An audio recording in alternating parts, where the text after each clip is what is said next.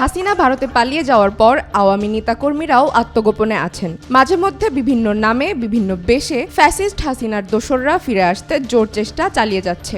এবার আওয়ামী লীগের নিষিদ্ধ ছাত্র সংগঠন ছাত্রলীগ দেশের শিক্ষা প্রতিষ্ঠানগুলোতে ছাত্রদল হয়ে ফিরে আসছে এমন অভিযোগ করছেন ছাত্রদলের সদ্য অনুমোদন করা আংশিক কমিটিতে পদবঞ্চিত ছাত্রদলের নেতাকর্মীরা।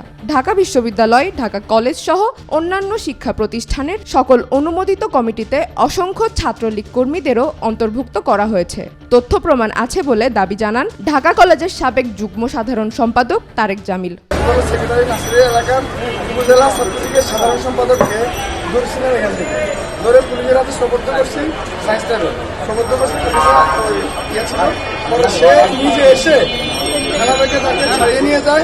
এবং ওই ক্ষোভের কারণে আমাকে এবং আমার সহযোগীদেরকে এই কমিটি থেকে বঞ্চিত করা হয়েছে এবং আমাদের এই ঢাকা কলেজের সদস্য যে কমিটিকে অনুমোদন করা হয়েছে এই কমিটি ৩-৪ জন ছাত্রলীগ আছে। পদবঞ্চিত নেতাকর্মীরা জানান বিএনপির এক দফা আন্দোলন কিংবা বৈষম্য বিরোধী আন্দোলনে জোরালো ভূমিকা পালনকারী, হামলা মামলায় জর্জরিত এবং স্বৈরাচার শেখ হাসিনা সরকারের আমলে গুমের শিকার হওয়া নেতাকর্মীদের বাদ দেওয়া হয়েছে।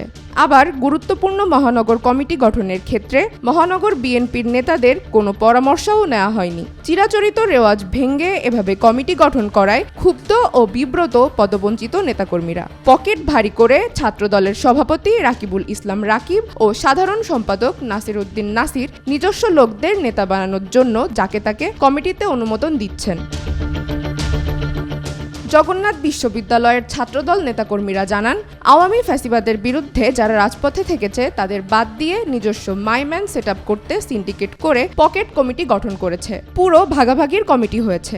আর এ প্রক্রিয়ার সাথে ঢাকা মহানগর দক্ষিণ যুবদলের বিতর্কিত সদস্য সচিব রবিউল ইসলাম নয়নের প্রভাব রয়েছে। তার ইশারাতে বিএনপির কেন্দ্রীয় ছাত্র বিষয়ক সম্পাদক রাকিবুল ইসলাম বকুল আর ছাত্রদলের কেন্দ্রীয় সাধারণ সম্পাদক নাসির উদ্দিন নাসির এরকম কমিটি গঠনে ভূমিকা রেখেছেন। এই তিনজন একটি সিন্ডিকেট বলেও তারা জানান। এখানে নয়নের অনুসারী হিসেবে পরিচিত শামসুল আরেফিনের বিগত আন্দোলনে তেমন ভূমিকা না থাকলেও গুরুত্বপূর্ণ পদে আনা হয়েছে তাকে। এছাড়া কমিটির অন্যান্য ২৮ যুগ্ম আহ্বায়ক ও সদস্যের মধ্যে বেশিরভাগই অপরিচিত এবং কম সক্রিয় বলে জানান নেতাকর্মীরা।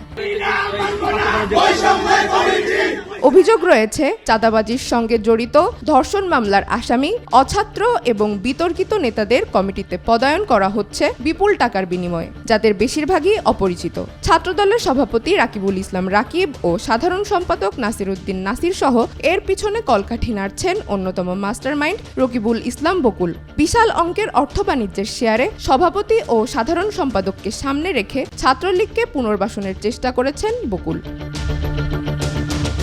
ঢাকা কলেজ শাখা ছাত্রদলের আহ্বায়ক পিয়াল হাসান, সদস্য সচিব মোহাম্মদ মিল্লাত হোসেন আন্দোলনে সক্রিয় ছিলেন না। তার বিরুদ্ধে বিগত কমিটিতে সে সাংগঠনিক সম্পাদক ছিলেন। এ বিষয়ে তার বিরুদ্ধে কমিটির অন্যান্য ১৬ জন লিখিত অভিযোগ দিলেও সংগঠনের কেন্দ্রীয় সভাপতি রাকিবের প্রশ্রয়ে তাকে রেহাই দেওয়া হয়েছে। যদিও এসব অভিযোগ অস্বীকার করে ছাত্রদলের কেন্দ্রীয় সভাপতি রাকিব বলেন, আমরা পরীক্ষা নিরীক্ষা করেই যারা বিগত আন্দোলনে সক্রিয় ছিলেন তাদের নিয়েই কমিটি গঠন করেছি, নতুনদের কমিটিতে মূল্যায়নের চেষ্টা করেছি। গত মঙ্গলবার জাতীয়তাবাদী ছাত্রদলের গুরুত্বপূর্ণ ১১টি সাংগঠনিক ইউনিট কমিটি ঘোষিত হয়। ওই কমিটিতে অছাত্র, ধর্ষক ছাড়াও হত্যা মামলার আসামিকে মূল দায়িত্বে আনা হয়েছে। এমনকি কমিটিতে বিবাহিতদেরই বেশি প্রাধান্য দেওয়া হয়েছে বলে অভিযোগ নেতাকর্মীদের, যেটা সংগঠনের নীতি বহির্ভূত। আর এরকম ঘটনার পর থেকেই রাজধানী জুড়ে পদবঞ্চিতরা বিক্ষোভ মিছিল করছেন। তারা নতুন কমিটিকে অবাঞ্ছিত ঘোষণা করে কলেজ ক্যাম্পাসে প্রতিবাদ করছেন, যার ফলে কোন্দল ছড়িয়ে পড়ছে পুরো সংগঠনে। চন্দ্রিকা মজুমদার, আজকাল।